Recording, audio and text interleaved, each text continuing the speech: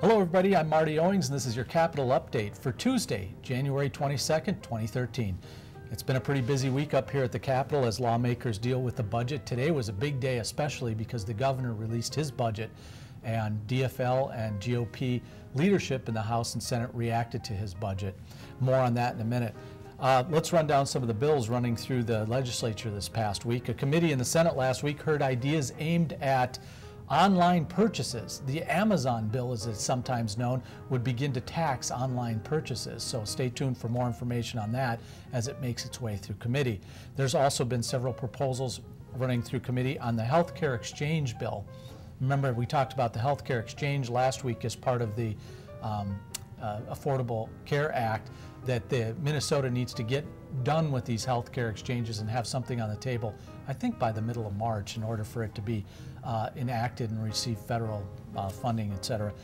There was a story that broke this week about a data breach at the DNR, and that's being investigated as well as we go forward. We had two lawmakers a little bit earlier on our program, Representative Mark Biskins, a former lawmaker who's a Republican, and also a Representative Mike Nelson, current representative who chairs the Government Operations Committee, and both of them had differing views on the governor's budget, which included several tax increases and what the governor called would be a fair approach to taxation in Minnesota, as most folks expected. So with that, I'd like to welcome in Paul Demko from Politics in Minnesota. He's a reporter extraordinaire for that particular news outlet, I guess you have to call it now. It's more than just a paper. It's an online presence. It's a, in some ways, it's its own entity. I mean, it's, you got the legal ledger and you got the PIM, but you guys do some great work there. And Paul, you've been following all day the action with the governor. What kind of reaction? First of all, some highlights of the governor's budget. Well, I mean, I think there's a couple points you should make. I mean, it raises about $2.1 billion in additional revenue. Another way of looking at that is it spends about $1 billion more than currently anticipated in statute. It broadens and lowers the sales tax. It drops the corporate income tax, and as anticipated for months or for years probably, it includes a income tax hike on upper income Minnesotans, starting at $150,000 for individuals and $250,000 for families. Now, the GOP came right out of the gate and they were criticizing a couple of things. One of them was maybe the tax on clothing. Heck, even the DFL was kind of distancing themselves from that clothing tax. What were some of the other things the GOP was saying about the governor's budget proposal? The clothing tax is definitely going to be controversial. I think the other is business-to-business services, stuff like accounting and legal services. That's going to be very controversial. The business community is not going to like that at all. Yeah. And Senator Bach in particular has really kind of made the case that he's going to be listening very closely to what the business community has to say. So I think that's going to be a difficult issue for Dayton. Was he sort of tipping his hand there, Bach, that he might, because he said, this is the first run at the budget, indicating that, of course, as you know, it's going to go through a lot of changes before it actually becomes law. Yeah, I think Democrats were very kind of cagey in their reactions. A lot of reporters were kind of trying to pin them down on specifics of Dayton's budget, and they were very careful to say, we're just getting this today. This is the beginning of a process.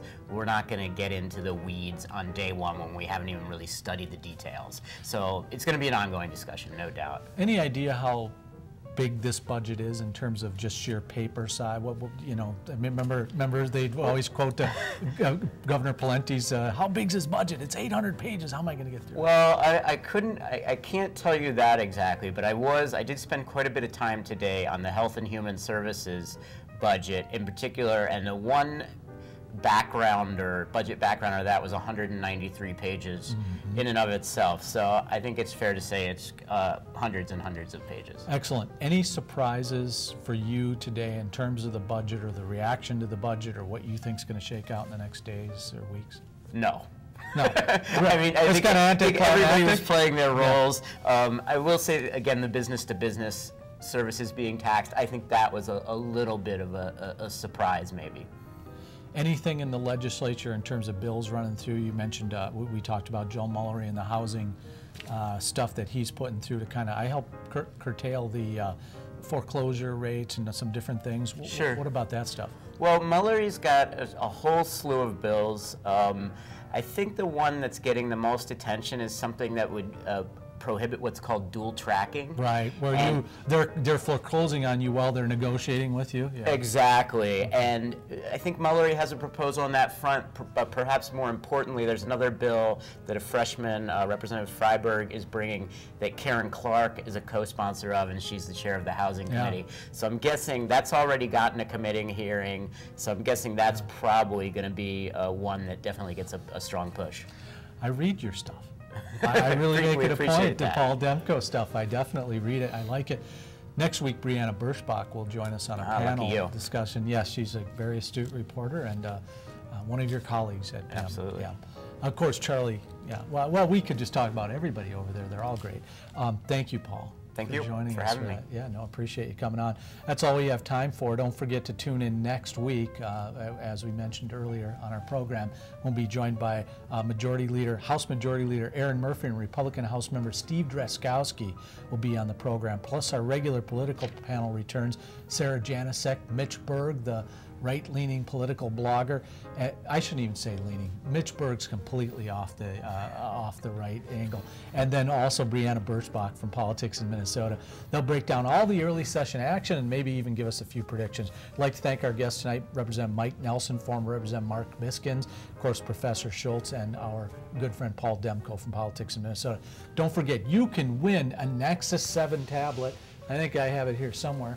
Thank you, Cliff. Here's the Nexus 7 tablet. You can win it. It's nice. Don't forget to follow us on Twitter at MNCap News, on Facebook at Minnesota Capital Conversations. If you send us a question, you could win it. All right, that's all we have time for tonight. So long, everybody. We'll see you at the Capitol.